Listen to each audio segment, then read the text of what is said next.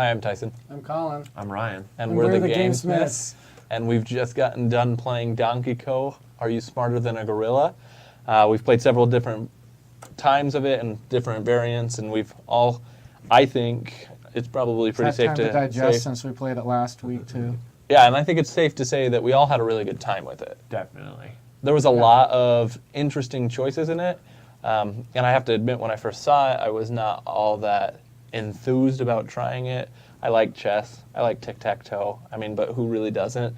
But I just didn't see the appeal necessarily of doing a mashup of chess and tic-tac-toe. But as you play it, there definitely is the feeling of chess, but there's definitely that feeling of tic-tac-toe. So you have to balance those two games in your head, and if you're just focused on the chess, you end up forgetting about the tic-tac-toe. Joe, I just lost. I should have placed a piece to block that. It was right there, and I didn't do it. I think every single one of us did that at least one and you're time. worried about protecting your valuable pieces, and you realize, oh wait, the game's over. It doesn't really matter. Like, Yeah. you don't have a king that you have to protect. You just need to get 4 pawns in a row, and Right. that wins the game too. So, yeah, it was a lot of fun. I really like deep strategy games of all sorts, and when I get in that spot where I'm just, trying to, I call it going in the tank, just figuring out all the possible moves I could make, all the possible moves my opponent could make. Like, that's my favorite part. And it happens to me in all my favorite games, both board and card and video game and all that stuff. And I definitely experienced that here. I lost because of it, for sure, because I definitely got, thinking 8 moves ahead and forgetting that if I didn't block Colin, I was going to lose in 1 move. And stuff like that. So it was a lot of fun. I learned my lesson too. Like, Yeah. I felt like as I played multiple games, I got better, and there's definitely a little bit of a Skill learning building, curve yeah. to a different strategy and there's multiple strategies that are in this too. You can go for the kill where you're just trying to kill all the pieces and say you don't have anything else to place, or you can go straight for that 3 or 3 in a 4 row in a or row. 4 in a row. So there's different ways you can play this game where it can go super quick. It can go in a minute, or it can go in, I don't know. Yeah, I 15 think minutes, we had some depending. games that were pretty short, like within a couple of minutes or minute it ended, and then we had some games that felt a little bit longer with the thinkiness. And I think that game that you and I last played, Ryan, where we played the competitive version on the 4x4 grid, your move to beat me, it was weird because it was so rewarding to lose that way because I had realized that you had placed that piece there, and I was like, no, I need to go somewhere else at first, and then I looked back at that piece and I was like, should I take it? What I do? And I was looking at all the options and I thought, oh yeah, I mean, it's safer for this piece if I move it here. And I think you had thought about some of those things, Right. and your goal was to pull that piece there just so that you could have me pull a piece away and just not be thinking about it. And I like the aspect of you can trick people in this game. Right. Well, it was even fun to watch. Like, I was like, oh my gosh, who's gonna put the piece where? Like, Yeah. oh, it's kind of a nail biter. Are they gonna go to protect their piece, or is it going to be an offensive Yeah. move? So there's lots of different ways to make it So- interesting. So I think ultimately you do have a really fun, cool little strategy game here. That's like within just 1 or 2 moves, you're just all of a sudden, okay, You're crap. into that. Yeah, like you're in the tank. You're in the think tank. You're thinking. You're just like, oh man. And now you're just realizing, okay, crap. And even quicker on the 3x3 board, where you're just like, Yes. oh man, after One that move third in. piece going down, it's just like a brain teaser. And it's really great. I think we all kind of had mixed feelings about the die. If it's in there, like it says in the rule book, to be a handicap against a better player, or just like an icebreaker or a casual mode, fine. But we found that there are situations where if you follow what the die says, you're going to lose the game. And you kind of get to the point where, you're having fun, and then a die roll is going to force you to lose the game. And there's not really a way to solve that the way you have this game set up. There are ways to mitigate it. There are ways to work around it or give players what to do in case it happens. But ultimately, the best form of your game doesn't involve a die or any kind of randomness. It's just playing the pieces out. Because you're just doing what the die says, you don't have any say about it, and you may have to roll the die multiple times and get the same result and have to re-roll. Or Right. if you run out of all your pieces, there's only one pawn on there, which is you're probably going to have the most of. So you're waiting to get your gorilla or your pawn, and those are the only two things you can do. So it kind of slows down the game as the game goes on. So that was another concern we had about the die. And then I think going back to it being potentially a handicap, it works well to give that difference between players. But if it's a player who are almost equal in skill, the disparity between the handicap is very large. So like I could see the handicap being used if I'm playing this with a child, a young child, and I'll roll the die, you choose what pieces you're doing, so that it levels you out a little bit. But then if I'm playing with Colin, who's slightly better than me, and I'd like to point out that it also simplifies. It does have a function in simplifying stuff for like a child. Oh, yeah. Because when you say like queen, you have to play a queen. That takes out a lot of the choice in the game, Right. and makes it a little easier. Like it can force you into making bad moves because now you have to move a pawn when that's not your optimal move. But it also does reduce the decision-making process and make the whole thing kind of like it wasn't bad to play my first. Yeah, it wasn't bad to play my first playthrough like that because it forced me to just play the game and not overthink things and see how the game actually pans out. And then once I got a hang of it, I'm like, okay, I don't want this. Like pretty quickly, I was like, all right, I'm done with this die. Let's just play. But I agree that it works really well as either a teaching tool or it works well as giving children or people As a with handicap. the ability to make decisions without that. But if it's the reverse situation in which you're trying to handicap the more skilled player by using that and having the less skilled player play without the die, It's not a good way to do then that. it doesn't do that very well, in my opinion, because the disparity between those two players could be not as large as the amount As of an adult handicap and you a would child, get. right. Yeah. Yeah, it's a And so pretty- for me, I could see there being an intermediate mode. We actually ended up trying in one of our plays that was off camera. We tried playing with Like you roll a die and you place whatever piece it tells you to, but you can move whatever you want. anything that is already on the board. We Fair played play. as you can play it with any. You can move whatever is already you existing. can place a piece on the die or move any piece on the board. Correct. Yeah. And so that was more of an intermediate play, and it felt was to more me fun. like a balance between you were the doing two. You were doing an actual game that you weren't necessarily even locked into making a move that's going to lose you the game, like the situation that Tyson and I had, where he was forced to move his pawn to Away. kill one of my guys just because it was the only move he had, but that was making Opened it up. so all I had to do was place a piece, and that was it. Right. Which, again, I think going back to Ryan's earlier comment, this is all a moot point because the best Pretty- version yeah. of your game is without the die. I wouldn't spend a lot of effort trying to figure out how to make the die better. I think the die is fine as it is. It'll never be perfect, but it's meant to just be a supplemental thing that Yeah. people can play around with. The thing that I think is worth putting effort into in this game is kind of your marketing and your packaging and just the presentation of it. This isn't generally, I mean, I guess this is something we do like to talk about. We do. We more frame it though in the does the theme match the game, and I don't feel that it does.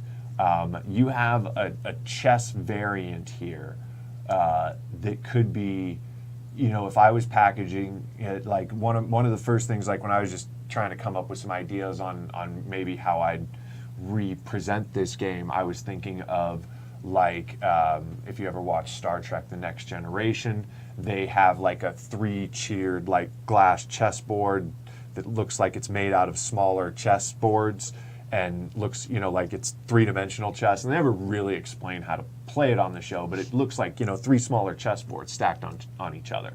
And this could be played like that. You could have like a 2-tiered board. One's a 4x4 and one's a 3x3, and you could, build this as like a future chess or a turbo chess or a, the Donkey Co. I don't get it. I don't. Are you smarter than a gorilla? Yeah, Like, what gorilla? Like the there's gorilla not wasn't playing; it was only on a die, and which is like, the less on attractive one of the version of the game. Yeah, right. and- So like honestly, we don't understand. Like if there was some story that you had where there was some super intelligent gorilla in the forest that would play people this game, and if they won, grant them eternal life or something like that, it would be a start. But you don't even have that. Like there's nothing that I could say to a person where like if you just kind of look at the stuff we have here, like you have Carcassonne. That's a small town in France, and your job is to manage a small town in the countryside. And Dominion and Lords of Vegas. You're a casino. So like, there's nothing I can draw from like, oh, you want to play Donkey Co? It's chess and tic tac toe, and I don't have any. Even saying like I can't connect that, Donkey yeah. Co. It's a tic tac toe. I think that's maybe where you were going with Right, it. like I mean, I It's would go hard to with tell. like I would go with chess tac toe. Right, That's yeah. what I was thinking. Yeah, Chess tac or- toe, because those are the two games, and then when you hear that, you automatically think, oh, this is chess and tic tac toe mixed together, and that's exactly what this game is. Right. I think the issue that we're bringing up here is that your game is good. We enjoyed playing it, but if I had seen this on a shelf, if I had seen this in any position, if Ryan had said, Right. "Want to play Donkey Co with me?" I would have been saying, "That sounds like the worst possible game Right. name I've ever heard. That does not sound like something I'd be interested in." But as soon as if he can wrangle me into playing it, I'd be like, "All right, let's play this again. I'm Yeah. going to beat you this time." Right. And it has that. So your gameplay does not match that thematic, that marketing, that name tie-in that we would like it to, because it. Yeah, I would How- just say, do you want to play a game? Yeah, Like, avoid the I would title. honestly I would avoid the title and just play it with people. Like, and I've done that before where I'm just like, I don't know. Like, I've had games that I played forever that I never knew the name of, because like the person that taught me didn't really know the name. And I would just like, I don't know. Like, I tell people I didn't know what the name, but I just explained it to them, and it was fun, and we played it, and it was a little card game. It's not important, but yeah, like the same thing with this. I'm like, do you want to play a game? And like, sure. What is it? I'm like, it's a cross between tic tac toe and chess. I would skip the name. I would just be like, it only complicates things. It's not going to get the person to want to play it any faster. Yeah, you have to kind of say, if I saw this in a game store, would this draw my eye to it? Would it be interesting? Would it make sense? And right now, it does not. And Yeah. you can do that. That's something you can change, and you can do something with it. And to go off of that, because you can change it, there's so many options you can do. Chess variants in and of themselves, I don't know how you're planning to sell this or market this, if you're trying to go to retail or if you're trying to go to Kickstarter or whatever you're trying to do. But chess variants in and of themselves are handicapped at appealing to a wider market, except for maybe chess collectors. They're a niche of a niche of a niche. And so you have a hard time marketing them in the first place. And then by adding this kind of a name to it, you've further hamstringed yourself into making it more difficult to sell. I would recommend, there is a tic-tac-toe variant that went on Kickstarter a while back. I have a copy of it. I backed it. It was called Pocket Ops. And the idea behind it was it is a tic-tac-toe game. The box is very small, can fit in your pocket, hence the name Pocket Ops. But they themed this tic-tac-toe variant, which does similar things to this game, asymmetrical piece powers that can move and be moved on the board at the same time. They themed it as a little ninja kind of thief-esque espionage type of a game, so that you're doing these missions. They had a theme to it that helped people be like, oh, this is more than tic-tac-toe, or this is something new. And because they had focused on some of the art and they focused on some of the graphic design, it was able to actually fund pretty well, and it did a decent job, despite it being something that everybody was familiar with it. So because you have that going for with this, everybody is familiar with tic-tac-toe and chess. You don't want to put yourself in a position that alienates even those people from playing. Right. And something that you said that you touched on there, I would agree with. I would actually try and pitch this. More people play tic-tac-toe than chess. I would pitch this as a tic-tac-toe, as a thinking man's tic-tac-toe, and not a poor man's chess kind of thing like that. But I think overall, yeah, like I would focus on that. Find little, yeah, like the ninja espionage thing that they worked on, or even with, I mean, like even lean into like the characters that come to life. well, or the donkey, like you lean into like the donkey gorilla jungle kind of theme, and do make the like pieces those. a temple of Olmec or something like that, like and make it like a, you know, you're trying to line up the 3 pieces of the golden idol or something like that. Like just, yeah, give it some kind of story, give it some kind of theme. You know, make sure it tells a little story, and yeah, I'd make it. You know, you can even keep this. Like, I'm not sure I'd go with Donkey Co, but like the "Are you smarter than a gorilla" thing, you could even keep. And like I don't you know, like I feel like the pieces have to reflect that. yeah, it does. So like I was gonna say, like you could be like donkeys versus gorilla kind Yes. of thing, like that, in like a plants versus zombies kind of thing, where you're trying to line up 3 plants or 3 zombies, and the zombies all move differently and the plants all move differently, and it can all just be based off chess rules. Like I've played plenty of games where I'm just like, you know, Pokemon is just glorified paper rock scissors. Pretty much everybody knows, you know, anybody who knows anything about game design can look at Pokemon and go, oh, this is just paper rock scissors that they've themed incredibly well and told a story behind, and that's why it sells. So I think ultimately you have a good game here. Leave it as mechanically it's fine. I'd leave it as is. You have a solid game. I would just figure out how to tell a story with it or brand it in a way that people, you know, find it exciting, and then they'll start reading it and they're like, oh yeah, this is just chess and tic-tac-toe, I get it. And then they'll start playing it and see it's a lot of fun. But this Donkey Co, if it's going to be something, like make it Let it something. be Make something. it donkeys versus gorillas, and have some cartoon artwork of a donkey fighting a gorilla, and that would make me pick it up and look at it and Yeah, ask I was like kind of what it picturing is. Or, like somebody sneaking behind somebody else, and then somebody behind them too, or like someone on the side. yeah. There's a lot of really cool options you could take with this. I think the only other thing that I wanted to maybe touch on was perhaps some of the issues we had with the rule book. There were a couple of Yeah. areas, and I think Ryan had some thoughts on those. Yeah, and these were just, and I don't know generally how chess moves are described in writing, but specifically the knight was a little confusing. The knight takes a step like a rook and another like a bishop. That's confusing because the rooks can move as far as they want in any direction, and the bishops can move as far as they want in any direction. Well, and So then does you that- have to read. Right. You have to read the rook further. first, and then the bishop, and then the knight. Like Right, you should be able so- to just read any piece and know what that piece does without having to go to an index and look at something else. Yeah, and it's just, we've all played chess and we already know how all the chess pieces move, so none of us really needed that explanation, but we read through them to make sure that you weren't making any variations on the standard chess rules. And when we got to the knight, we're like, I think he's describing how chess knights normally Right. move, Well, but and because it's a the little boards are so confusing. much smaller, it almost is like, well, does the knight move like a little smaller? Like, does it only Right. move in like diagonal? Well, Yeah. but that would only be a bishop. So no, it does have to move like it. So it was very confusing.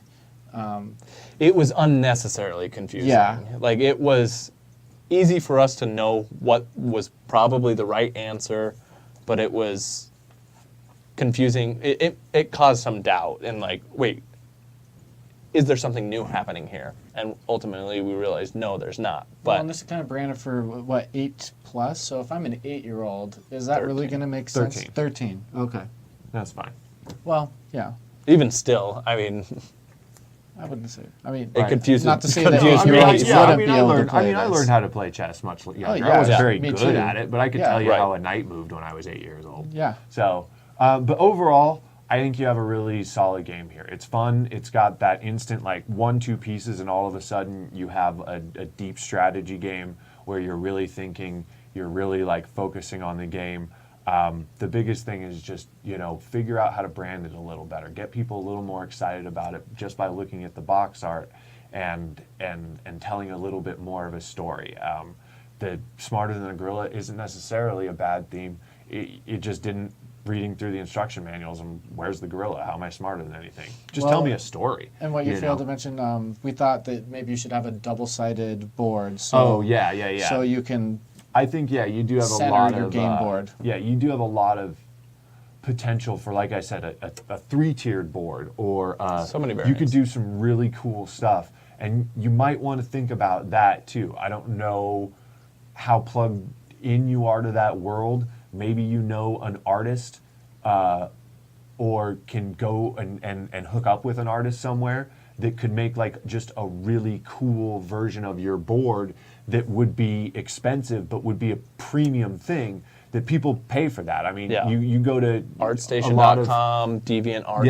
yeah, but there's a lot of art. There's plenty of precedent for chess set as art and as decorative, cool thing.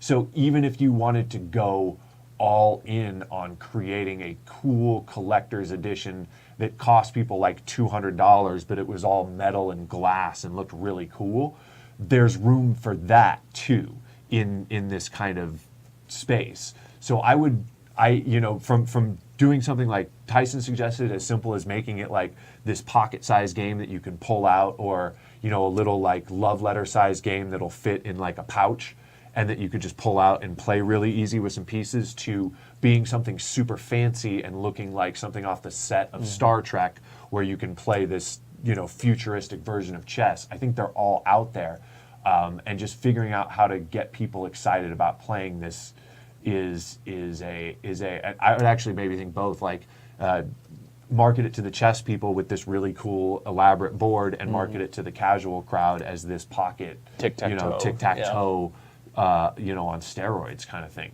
But I think you have something really cool here, and you just need to figure out how to package it right and get people excited about it. And I think you can have something that's really awesome. So thank you for sending the game. We had a lot of fun, and keep up the good work.